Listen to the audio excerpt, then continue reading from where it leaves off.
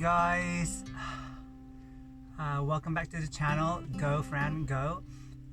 It's the 25th of Jan 2021 and beautiful morning. It's supposed to be sunny today, so, and it's Monday, so her in that state.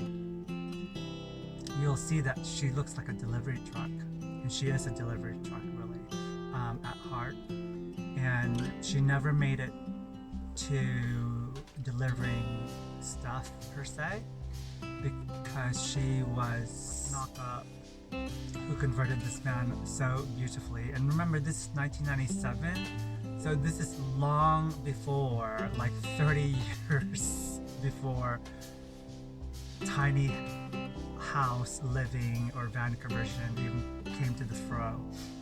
And I'm thinking it's definitely before Alex Honnold, the famous climber, did his van, because he probably was what, 7 years old then.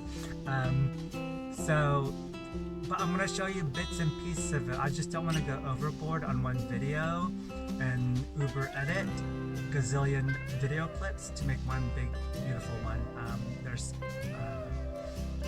other people that are better skilled, I guess, and have more time, and you know, people have different ideas on what their vlog should look like, should sound like, and the message they want to convey. And for those of you who have watched my very first video, you know that I'm pretty organic, but I talk rather slowly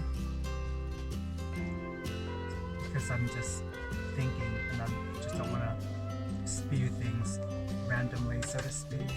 So, but today's video, I wanted to focus on showing you the dining area of Frannie, because it's very, very clever.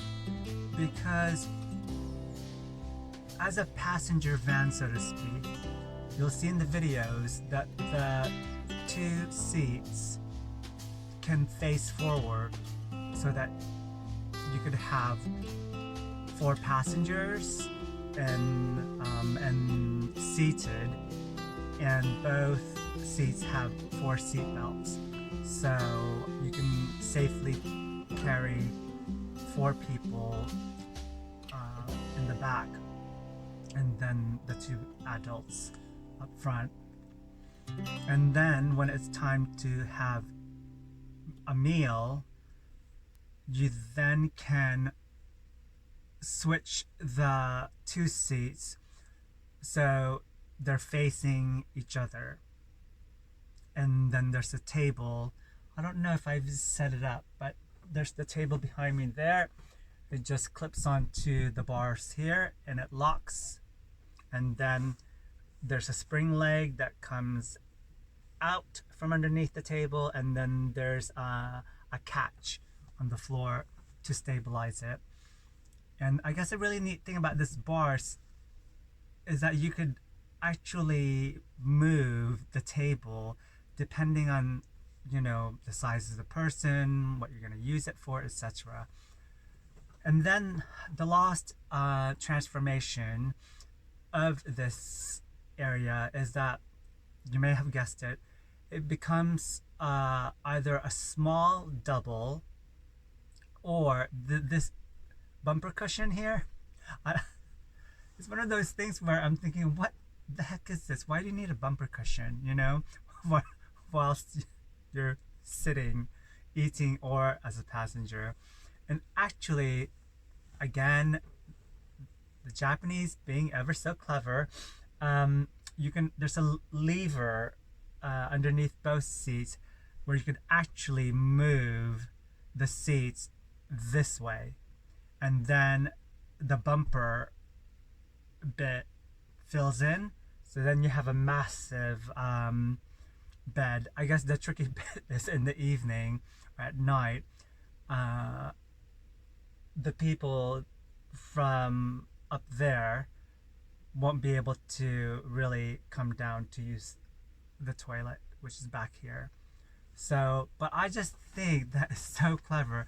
but I couldn't for the life of me figure out how to put the bed together because it's like a Tetris and it has to be so exact. And I thought there was a missing lever, or levers, uh, and the gentleman I bought her from, electrical engineer, really really sweet guy. Um, I kept texting him saying, "How the heck do you convert this? Because there's an inch gap between the two beds, the seats." And I said, and it's a bit annoying, you know.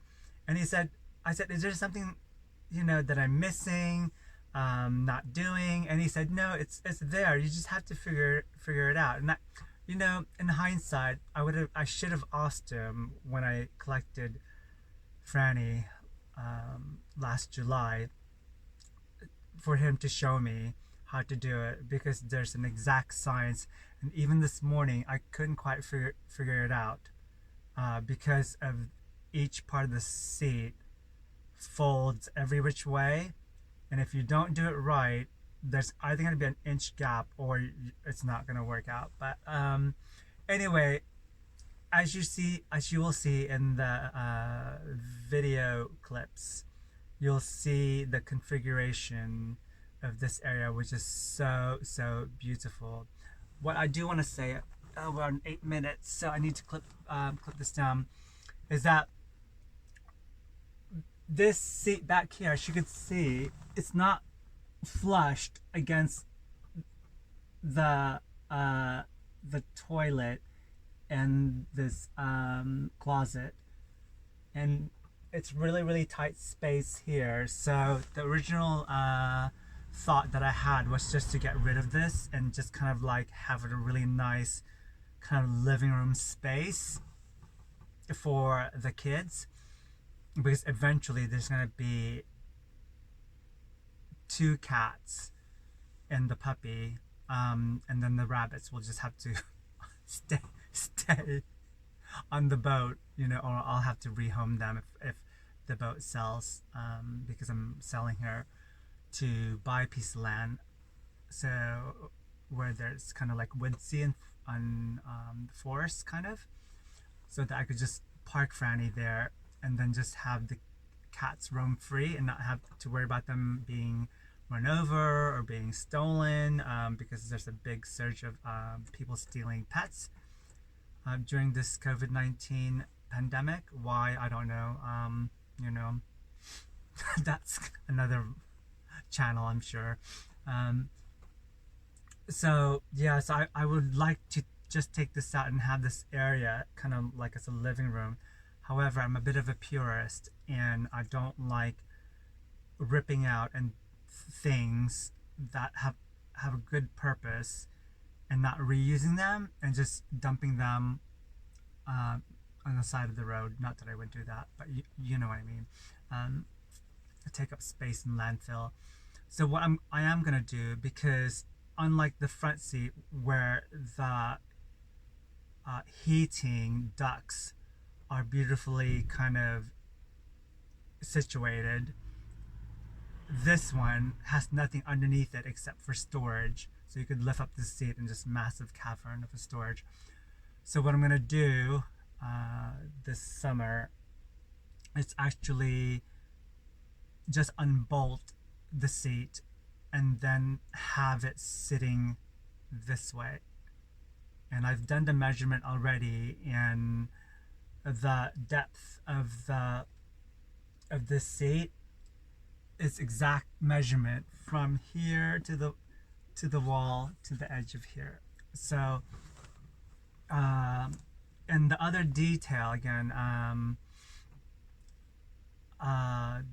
about the seats and just Japanese attention to detail is the seat covers. They come off, so they're zippers and even tiny piece of material that's sticking out. They put a Velcro so you could Velcro it, you know, back to the seat. So I gotta give it to the Japanese. There's more about Frannie, and So I'll show you that on different videos. Just